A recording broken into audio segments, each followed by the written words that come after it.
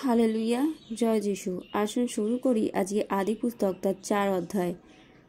Coin ও হেবলের বিবরণ।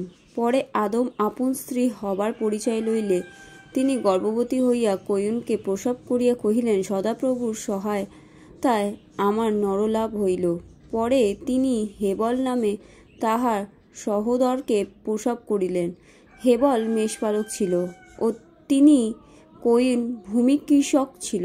পরে কালানুক্রমে coin উপহার রূপে সদাপ্রভুর উদ্দেশ্যে ভূমির ফল উৎসর্গ করিল, আর হেবলও আপন পালের প্রথমজাত কয়েকটি পশু ও তাহাদের মেদ উৎসর্গ করিল।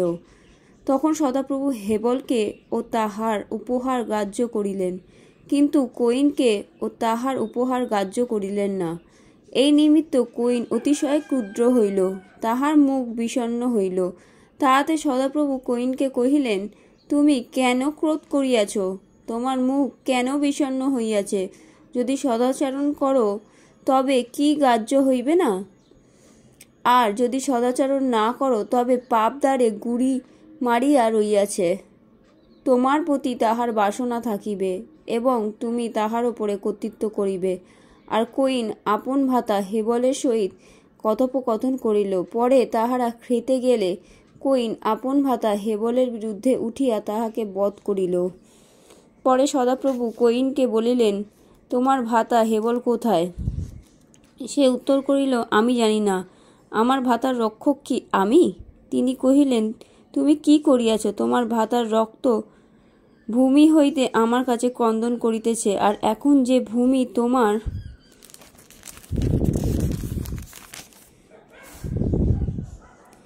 হস্ত হইতে তোমার ভাতার রক্ত গ্রহণার্থে আপন মুখ খুলিয়াছে, সেই ভূমিতে তুমি শাপগ্রস্ত হইলে। ভূমিতে কৃষিকর্ম করিলেও তাহা আপন শক্তি দিয়া তোমার সেবা আর করিবে না।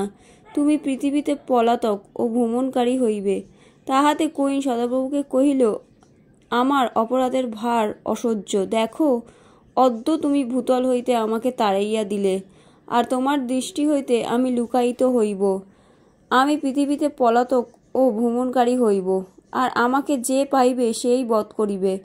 তাহাতে সদাপ্রভু তাহাকে কহিলেন, এই জন্য কইনকে যে বধ করিবে সে 7 গুণ প্রতিফল পাইবে। আর সদাপ্রভু কইনের নিমিত্ত এক চিহ্ন রাখিলেন, পাছে কেউ তাহাকে পাইলে বধ করে। পরে কইন সদাপ্রভুর সাক্ষাৎ হইতে প্রস্থান করিয়া এদনের পূর্ব দিকে নোদ দেশে বাস করিল। আর কইন আপন স্ত্রীর পরিচয় লইলে সে গর্ভবতী হইয়া হনককে প্রসব করিল। আর কইন এক নগর পতন করিয়া আপন পুত্রের নাম অনুসারে তাহার নাম হনক রাখিল।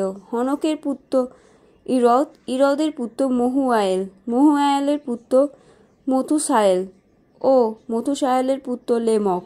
লেমক 2 স্ত্রী গ্রহণ করিল, এক স্ত্রীর নাম আদা, অন্যার নাম শিলা।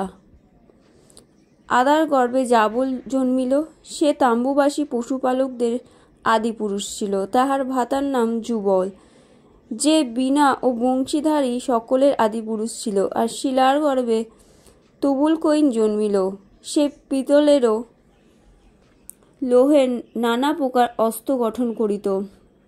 তুবুল কইনের ভগিনীর নাম নয়না। আর লেমক আপন 2 স্ত্রীকে কইল, আদে শিলে তোমরা আমার কথা শোনো। লেমকের ভার্যদ্বয়, আমার বাক্যে কর্ণপাত করো, কারণ আমি আঘাতের পরিশোধে পুরুষকে, প্রহারের পরিশোধে যুবাকে বধ করিয়াছি। যদি কইনের বধের প্রতিফল 7 গুণ হয়, লেমকের বধের প্রতিফল 77 গুণ হইবে। আর আদম পুনর্বার আপন স্ত্রী পরিচয় লইয়ে তিনি পুত্র প্রসব করিলেন ও তাহার নাম শ্বেত রাখিলেন, কেননা তিনি কহিলেন, কইন কর্তৃক হত হেবলের পরিবর্তে ঈশ্বর আমাকে আর এক সন্তান দিলেন। পরে শ্বেতেরও পুত্র জন্মিল, আর তিনি তাহার নাম ইনোশ রাখিলেন। তৎকালে লোকেরা সদাপ্রভুর নামে ডাকিতে আরম্ভ করিল। আমেন।